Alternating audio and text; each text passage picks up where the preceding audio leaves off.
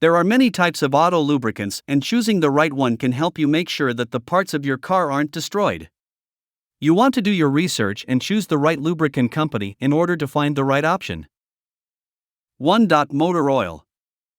Motor oil is a very common type of automotive oil used. Vehicle manufacturers recommend that you replace motor oil every 3,000 to 5,000 miles. There are certain additives used that help prevent any breakdown and corrosion of parts. There are also different types of viscosity, which is the thickness of the oil.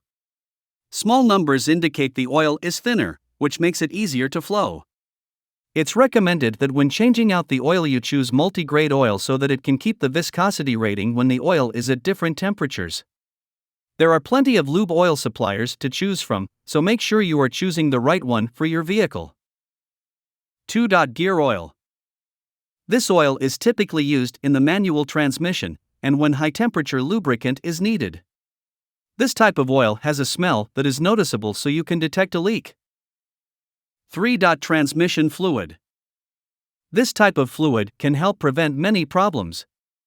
It will help lubricate the parts in the transmission and helps cool off the transmission to prevent corrosion of the engine.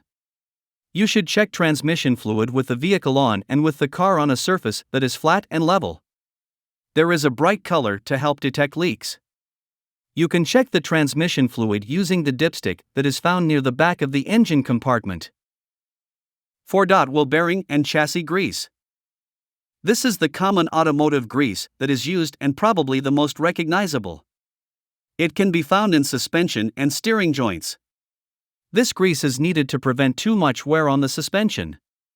In order to properly lubricate the suspension, you can find this grease in a tube that can be added to a grease gun. This grease gun will then be attached to the grease fittings, and the grease fittings on are the areas that need lubrication. This grease should not be used on vehicles with disc brakes because it is not high-temperature grease.